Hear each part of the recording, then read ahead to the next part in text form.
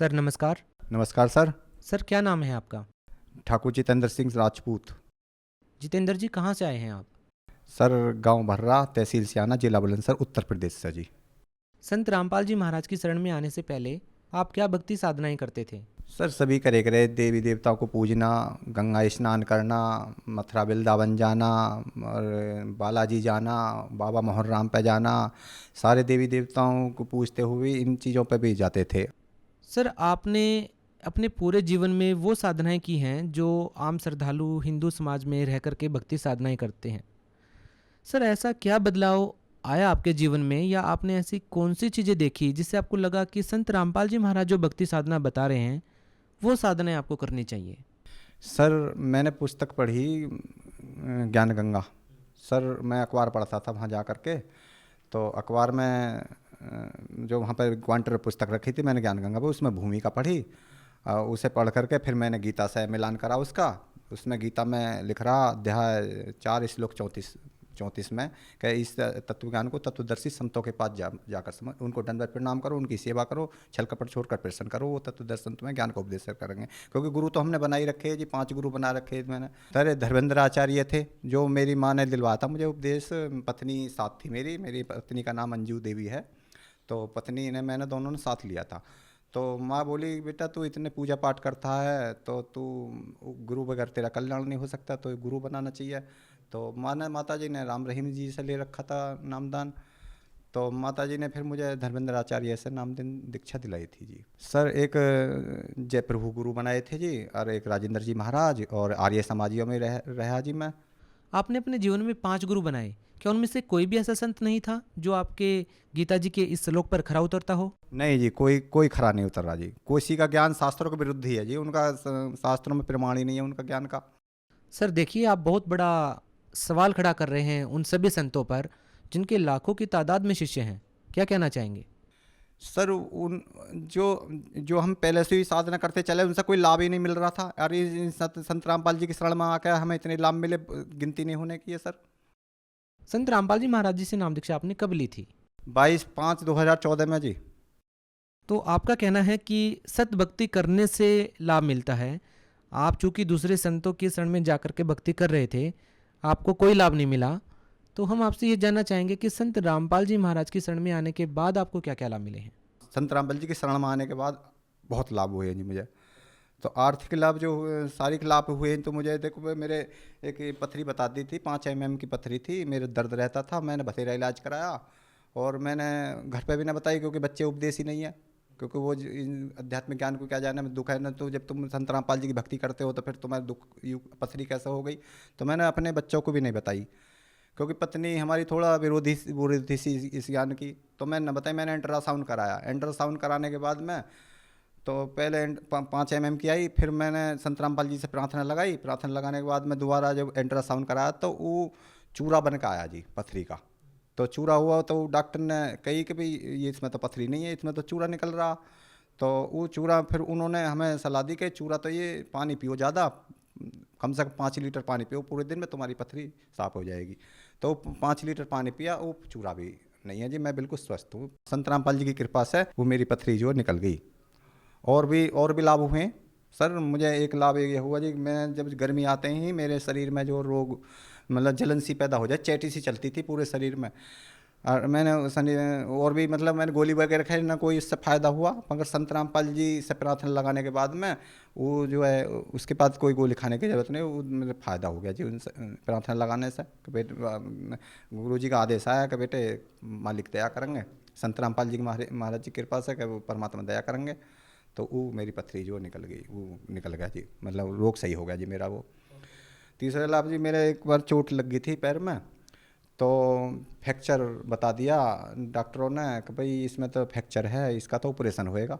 तो मैंने प्लास्टर करा लिया जी। और प्लास्टर करने के बाद में उन्होंने बताया कि जी प्लास्टर कटने के बाद में इसका ऑपरेशन होएगा, मगर ऑपरेशन की ज़रूरत ना पड़ी। गुरुजी ने मुझे दर्शन दिए, सुबह को आए गुरुजी 3 संत रामपाल जी महाराज सुबह को आए। बेटा मैंने कहा जी गुरुजी वो सफ़ेद सिंहासन लग गया जी गुरुजी का बराबर में। गुरुजी एक के साथ एक शिष्य था। तो मैं बोला जी गुरुजी मेरा नाम सही चल रहा, मेरे तो चोट लग गई। तो गुरुजी बोले, बेटा नाम सही चल रहा पर मंत्र ज़्यादा करो, मंत्र कम हो रहे हैं तुम्हारे। संत रामपाल जी ने बताया कि नु सही हो जाए, कोई दिक्कत नहीं है, तुम जो है अपना भक्ति करो।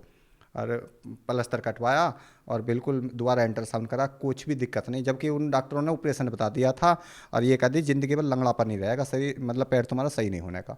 संत रामपाल जी की दया से बिना प्लस्तर के, बिना दवाई के सही होगा जी, बिल्कुल कोई मतलब दिक्कत ही नहीं। प्लस्तर तो कराना पड़ा मगर बाद में नहीं कराना पड़ा, बाद में मतलब ऑपरेशन की ज़रूरत नहीं पड़ी, सही होगा जी बिल्कुल। लंगड़ापन भी नहीं है, दौड़ भी लगा सकता हूँ, कोई दिक्कत नहीं है मेरे पैर में इस टाइम।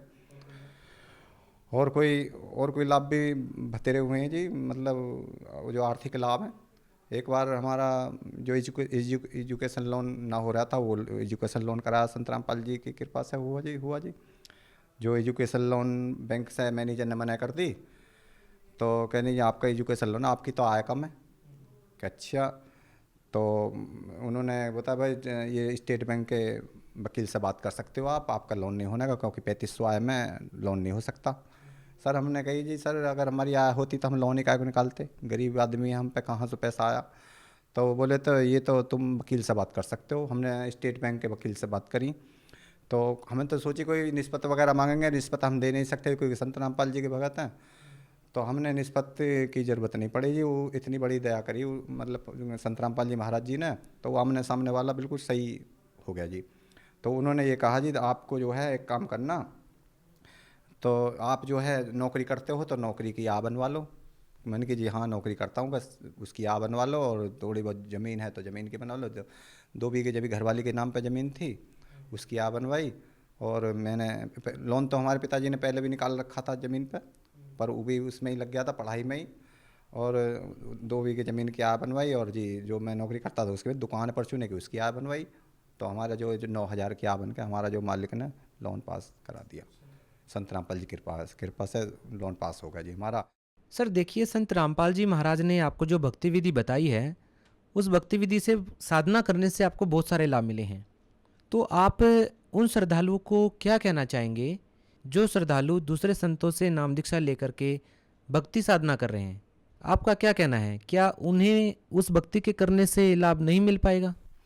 सर उनको लाभ नहीं मिल पाएगा, क्योंकि वो शास्त्रों के विरुद्ध साधना करते हैं, उनके कोई प्रमाण नहीं है, कोई उनके आधार नहीं है। और संत रामपाल जी के बाद एक प्रमाण, मतलब गुरुजी प्रमाण वेदों में भी प्रमाण मिलते हैं, कुरान शरीफ में भी प्रमाण मिलते हैं। 786 वाल कुरान शरीफ में है कि जो एक कुरान शरीफ में बताया कि फलातू तेल काफिरन व जहीद हजदन कबीरा, जो एक मालिक की भक्ति छोड़कर अन्य देवता को काफरों का मत मानो, वो कबीर को परमात्मा मानते। तो उन्हें लाभ कैसे हो, जो असली भगवान है उसे भूले पड़े और इनके पीछे पड़ रहे हैं। सर संत रामपाल जी महाराज के अलावा हजारों की तादाद में धर्मगुरु हैं आज के दिन। तो एक आम साधारण व्यक्ति संत रामपाल जी महाराज को कैसे पहचान पाएगा? चूँकि संत रामपाल जी महाराज जी की जो वेशभूषा है वो काफ़ी साधारण है, कोई बाहरी आडंबर नहीं करते हैं, भगवा कपड़े नहीं पहनते हैं, कोई भी ऐसी उनकी वेशभूषा नहीं है कि बाहर से देखने पर ऐसा लग जाए कि हाँ, संत रामपाल जी महाराज जी से नाम दीक्षा लेनी चाहिए। सर आप क्या कहना चाहेंगे? सर अटंबर करना कोई मतलब जरूरी नहीं है। पूर्ण संत की पहचान वस्त्रों से नहीं होती है, शास्त्रों से होती है। गरीबदास जी ने कहा है सतगुरु के लक्षण 4 बखाना, प्रथम वेद शास्त्र का ज्ञाना, दूजे हरि भक्ति मन कर्माणे, तीजे समदृष्टि कर जाने, चौथे वेद विधि सब कर्मा, ये 4 गुण जानो भरमा। क्योंकि वो सभी सृष्टि को एक ही जैसा ज्ञान देगा और कोई छुआछात नहीं कराएगा, वेदों में प्रमाणिक ज्ञान होगा उसका। तो वो सब जान जाएंगे कि भाई तत्वदर्शी संत कैसा होना चाहिए। सर संत रामपाल जी महाराज से नाम दीक्षा लेने से पहले आपने 5 और भी गुरु बनाए थे, तो आपको क्या लगता है कि क्या कोई ऊंच नीच का कोई भेदभाव उन आश्रमों में होता था? हाँ जी होता था। उसमें जो उनके शिष्य है वो खाना लाते थे, वो ठाकरों का और त्यागियों का और पंडितों का ब्राह्मणों का खाना अलग निकाल दिया जाता था, और भंगियों का और चमारों का अलग निकाल दिया जाता था। तो उस खाने को वो गुरुजी इस्तेमाल नहीं करते थे, वो अपने आप खाते थे उसे, और वो उस खाने को जो है ठाकुर वाले खाने को वो खाते थे। छुआछात थी वहाँ पे।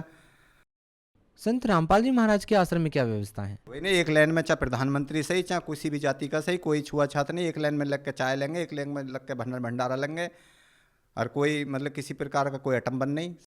सर एक काफ़ी लंबा अरसा हो गया है संत रामपाल जी महाराज जी से जुड़े हुए आपको। आपको क्या लगता है कि संत रामपाल जी महाराज लोगों के दुख दूर करने के लिए या रोग ठीक करने के लिए क्या कोई पैसे लेते हैं? नहीं जी, कोई पैसा नहीं लिया जाता जी। सारा भंडारे देसी घी के हर चीज़ की सुविधा देते हैं जी। मतलब कोई किसी बात की दोनों हाथों से लाभ देते हैं। कोई नहीं है, मुझे लाभ मिले हैं तो मुझे पता है ना, सारे लाभ मिले हैं मुझे। तो आपका कहना है कि कोई पैसा नहीं लिया जाता सतलोक आश्रम में? नहीं जी, कोई पैसा नहीं, कोई पैसा नहीं। घर से सारे मतलब भंडारे बांध बांध के देना देसी घी के, घर के लिए भी ले जाओ, खाओ पियो, देसी घी के भंडारे चलते हैं। सर, भगत समाज को क्या संदेश देना चाहते हैं आप? भगत समाज को तो यही देना चाहूँगा जी, जल्दी से जल्दी हो सके, समझा है तो सरदरफा फेरने रहे सादाब। अगर वो ज्ञान समझ में आ रहा तुरंत उपदेश लेना चाहिए। सर, जो लोग संत रामपाल जी महाराज से जुड़ना चाहते हैं उनके लिए क्या व्यवस्था की गई है? सर, उनके लिए व्यवस्था है जी, साधना चैनल पर सत्संग आता, और भगत ये पुस्तक सेवा करते हैं। कहीं भी पुस्तक पल्ले पड़ा है और उससे अता पता बूझो और अपने संत रामपाल जी महाराज जी का सत्संग सुनो साधना चैनल पर। और भी चैनलों पर आ रहे हैं, और उस नंबर लेकर अपने फ़ोन करो, या मतलब कहीं आश्रम में मिलो, पहुँचो आश्रम में, और संत रामपाल जी से उपदेश अपना कल्याण करा लो। बहुत बहुत धन्यवाद। सत्संग।